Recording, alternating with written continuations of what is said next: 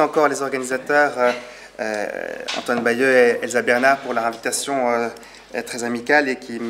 m'intéresse beaucoup. Alors, je précise que je ne suis pas juriste, j'ai simplement eu une très bonne formation ici, mais simplement en premier cycle, donc je ne parle pas en tant que juriste, mais simplement en tant que philosophe intéressé aux questions d'épistémologie des sciences sociales. Alors, dans cette intervention liminaire, il me revient donc d'interroger les enjeux épistémologiques et théoriques sous-jacents à la notion de récit judiciaire et à ses usages heuristiques dans le cadre des analyses doctrinales, mais aussi sociologiques et politologiques de la jurisprudence de la Cour de justice de l'Union européenne. Ma contribution s'inscrit dans une série d'échanges que j'ai pu avoir avec les initiateurs de ce projet de recherche sur les récits judiciaires, notamment à l'occasion d'un séminaire de préparation en vue du présent colloque. J'aimerais reprendre ici 3 jalons de ces échanges, respectivement quant à la définition sémantique, au statut ontologique et aux conditions méthodologiques des dits récits ou narratifs judiciaires. Je terminerai en suggérant quelques éléments de réponse à une question qui avait été posée à l'issue de ce séminaire, c'était en décembre,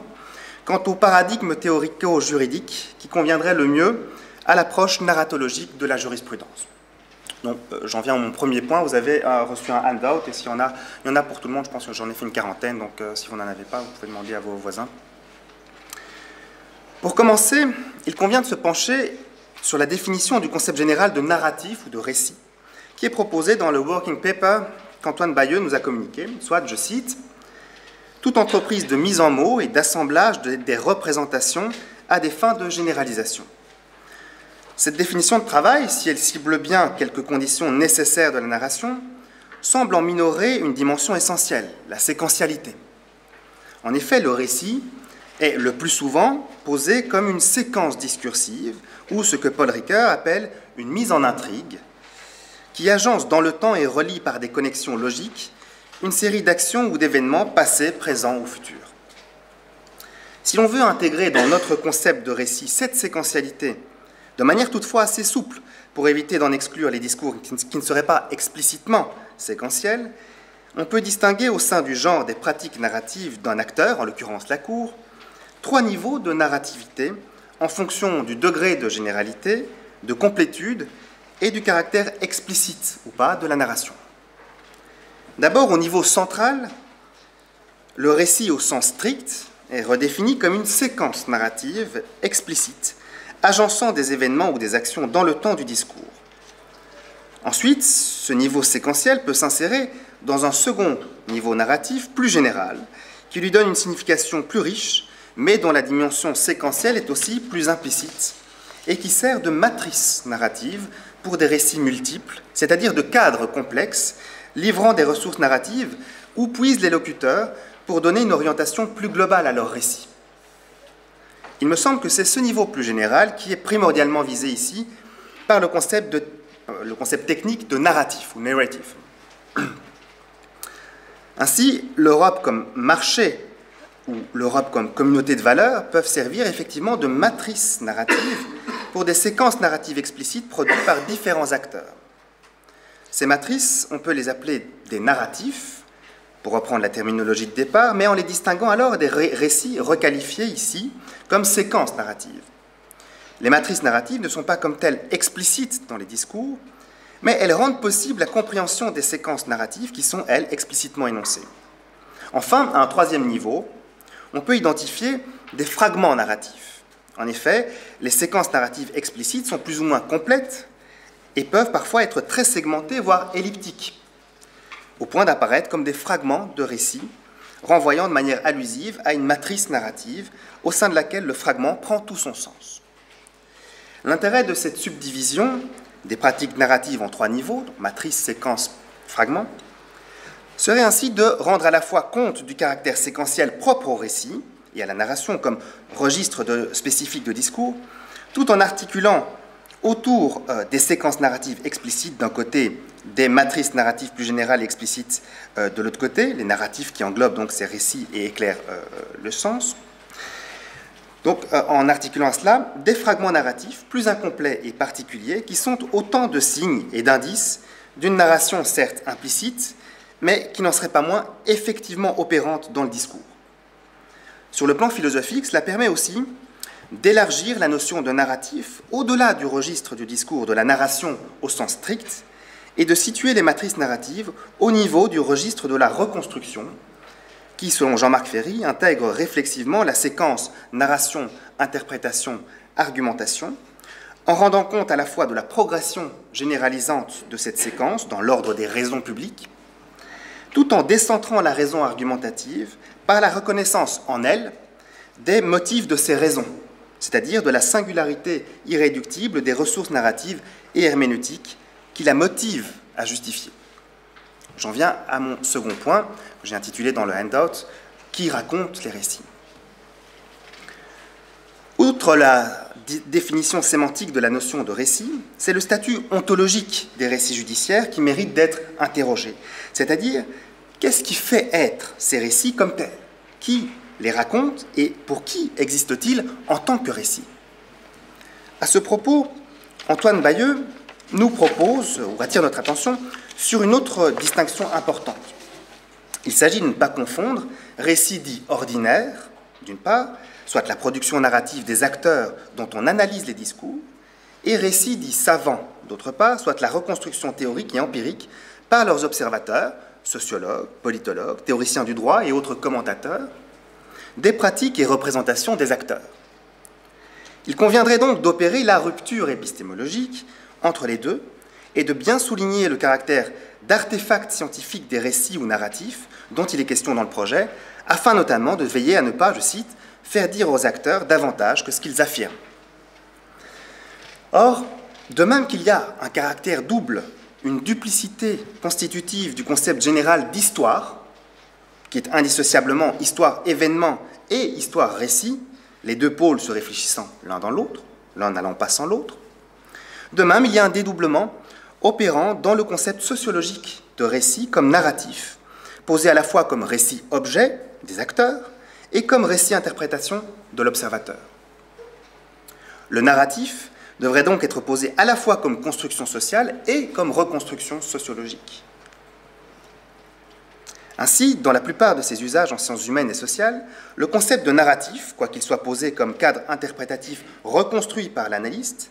est bien attribué aux acteurs eux-mêmes comme leur propre production narrative, quand bien même ils ne la réfléchiraient pas thématiquement comme telle. À cet égard, une coupure trop nette entre pratique narrative des acteurs et narrative des observateurs risquerait d'amputer l'objet de recherche d'une part importante de ce qui fait son intérêt. Car autant il est certes indispensable de distinguer soigneusement les récits pris comme objets sociaux des récits posés comme outils herméneutiques, afin d'éviter de projeter trop rapidement sur les acteurs les théories des analystes, autant réduire strictement la notion de récit judiciaire à des cadres d'analyse qui n'auraient a priori d'effectivité ou d'existence que du point de vue de l'observateur ou du théoricien ne rend pas justice à l'originalité et à l'ambition du projet. Si l'on devait exclure par principe les pratiques narratives des acteurs hors du cadre conceptuel des récits ou narratifs judiciaires de l'Europe, cela aurait pour conséquence de ramener ces narratifs, celui de l'Europe citoyenne, de l'Europe sociale, au statut classique de cadre d'analyse en troisième personne, potentiellement déconnecté des pratiques narratives de la Cour elle-même, de sa pratique de mettre en récit l'Europe, alors que c'est précisément, me semble-t-il, l'un des intérêts du projet d'ouvrir ce champ d'analyse. En outre, rien n'empêche de maintenir fermement la distinction analytique entre récit-objet et récit-interprétation, tout en reconnaissant, dans les pratiques narratives des acteurs eux-mêmes, dans les récits-objets, les fondements empiriques du récit-interprétation reconstruit par l'analyste. C'est le sens même d'une reconstruction herméneutique des récits, de proposer un récit sur le récit,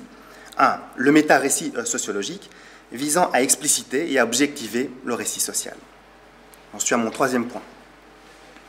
Sur la base de ces déterminations sémantiques et ontologiques des narratifs, on peut alors se pencher sur l'attitude méthodologique du chercheur par rapport à ces narratifs judiciaires, selon qu'on s'inscrive dans la perspective plutôt interne de l'analyse doctrinale ou dans la perspective plutôt externe de l'analyse sociopolitique, en distinguant ces deux perspectives de manière idéale typique, sans vouloir essentialiser les positions et sans méconnaître que les mêmes observateurs peuvent régulièrement alterner et même combiner ces perspectives distinctes dans leur travail de recherche. La première perspective, celle de la doctrine, va primordialement insister sur la spécificité de la pratique juridictionnelle par rapport à toute autre pratique. Cette particularité, nous dit Antoine, tient au fait que lorsque la Cour exerce sa mission juridictionnelle, elle n'est pas censée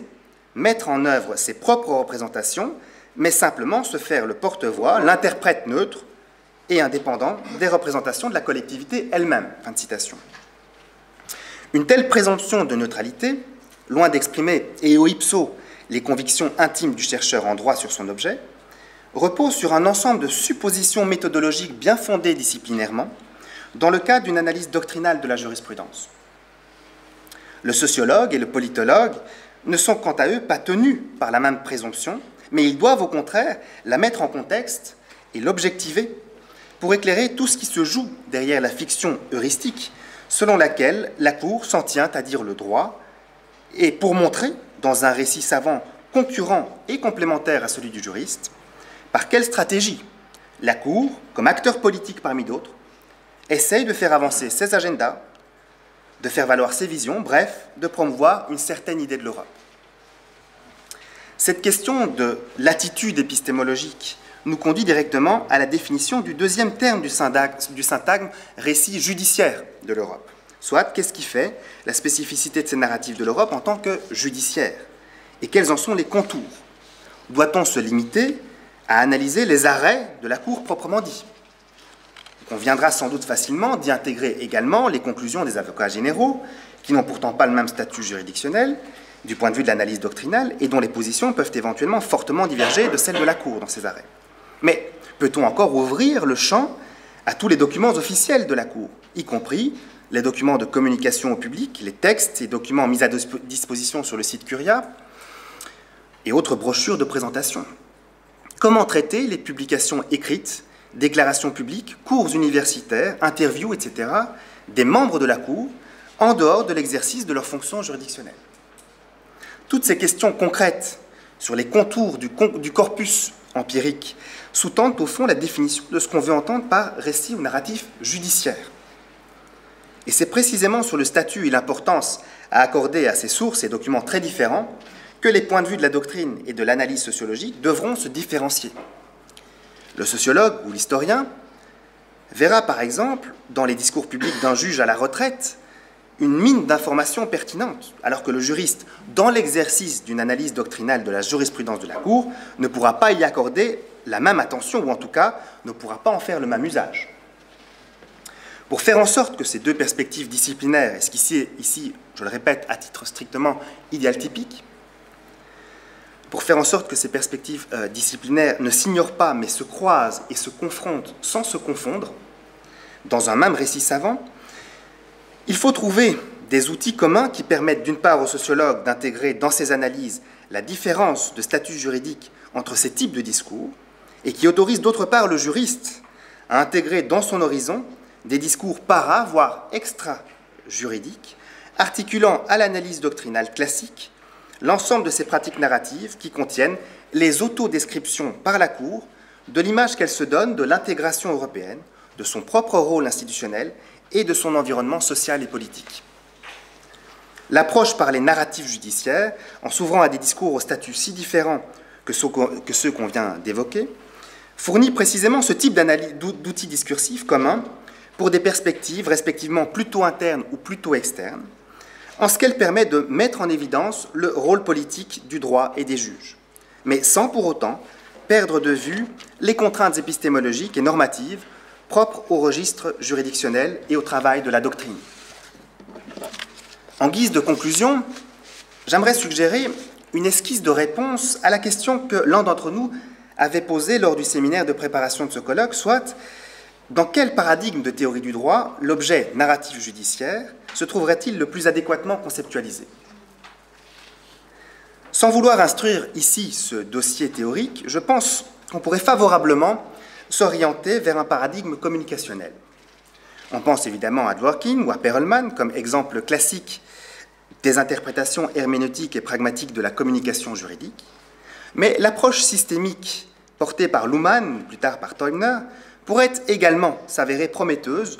pour saisir les narratifs judiciaires dans une théorie du droit pensée comme système de communication normative, c'est-à-dire de communication sur des normes, par les normes et entre les normes. Partant d'une conception autoréférentielle de la communication, Luhmann montrait déjà que les autodescriptions du système juridique, par lesquelles le système se produit comme unité, devaient être conçues en interaction avec les descriptions externes du droit par d'autres sous-systèmes. De même, pour Teubner, la doctrine doit intégrer réflexivement le croisement de ces communications autoréférentielles en développant la logique d'un droit du conflit intersystémique. Sans nécessairement endosser ici toutes les prémices de la théorie des systèmes, on peut tester la fécondité de certains de ces outils conceptuels pour notre approche. On pourrait ainsi avancer l'hypothèse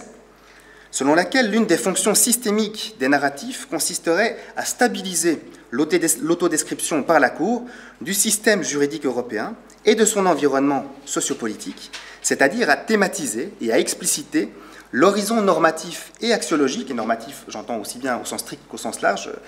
selon la distinction qu'a rappelé Antoine, donc à stabiliser, à expliciter l'horizon normatif et axiologique des diverses interprétations téléologiques qui l'amènent à donner la priorité dans tel ou tel contexte à l'une ou l'autre finalité de l'intégration. À ce titre, les narratifs judiciaires, en ce qu'ils permettent aux avocats généraux et à la Cour elle-même d'articuler les raisons de ces hiérarchies de priorité, joueraient la fonction d'une sorte de méta-justification à destination du public. Une justification méta-judiciaire de sa jurisprudence et de son rôle de juge. Ainsi, par exemple, un narratif tel que celui de l'Europe comme ordre constitutionnel pluraliste, dont nous parlera Hugo Cagnac, un tel narratif illustre très bien cette fonction en ce qu'il explicite à la fois la finalité de l'Union comme communauté de droit se construisant par le dialogue des juges et le rôle spécifique de la Cour comme promotrice de la constitutionnalisation de cette communauté pluraliste. Un tel narratif d'auto-légitimation permet aussi à la Cour de répondre à l'émergence de contre-narratifs qui seraient symétriques et qui seraient des contre-narratifs de délégitimation. Le contre-narratif auquel le narratif du pluralisme constitutionnel donne manifestement la réplique est celui de l'activisme judiciaire, lequel ne consiste d'ailleurs pas à invalider les termes du diagnostic général sous-jacent à l'idée qu'il y a bien un ordre constitutionnel européen, mais à les reconstruire et à les reconduire à des facteurs explicatifs externes relevant d'une analyse par des stratégies d'acteurs et des rapports de force institutionnels, voire à contester la légitimité d'une telle intégration par le droit, présentée comme l'antichambre d'un nouveau gouvernement des juges, lequel s'inscrit à son tour dans un narratif bien connu, visant plus largement les institutions européennes et leur légitimité politique, soit le narratif du déficit démocratique. Parce que les pratiques narratives de la Cour, matrice, séquence, fragment, se situent au niveau méta-jurisprudentiel, où se joue une véritable lutte pour la définition de l'union et de ses finalités, ils mettent de facto l'instance juridictionnelle suprême à l'épreuve de la question circulaire qui juge le juge. Face au paradoxe de cette question, les matrices narratives offrent à la Cour des ressources discursives non pas seulement pour raconter l'Europe, mais également pour reconstruire réflexivement l'espace d'interprétation et de justification où son autorité prend place. Pour cette raison aussi, ces narratifs présentent à la fois une face interne et une face externe et exigent, pour être bien restitués et compris, une alternance des points de vue disciplinaires, respectivement orientés plutôt vers la reconstruction herméneutique interne des pratiques narratives de la Cour et au contraire plutôt vers leur déconstruction critique externe. En produisant ces narratifs, le juge assume la double face du droit, qui est toujours à la fois norme d'action et fait social, et assure la communication intersystémique qui s'opère à la fois dans le sous-système juridique et sur lui depuis d'autres sous-systèmes politiques, économiques, académiques. La doctrine, elle aussi doublement constituée, puisqu'elle opère à la croisée du système juridique et académique, doit pouvoir à son tour assumer méthodologiquement ce dédoublement fonctionnel en articulant les descriptions internes et externes du système juridique et de la production jurisprudentielle. C'est dans cette constellation à la fois interdisciplinaire et intersystémique qu'on peut mesurer l'importance la fécondité, mais aussi la complexité d'une approche par les narratifs judiciaires d'un acteur aussi multifacette que la Cour de justice de l'Union européenne. Je vous remercie de votre attention.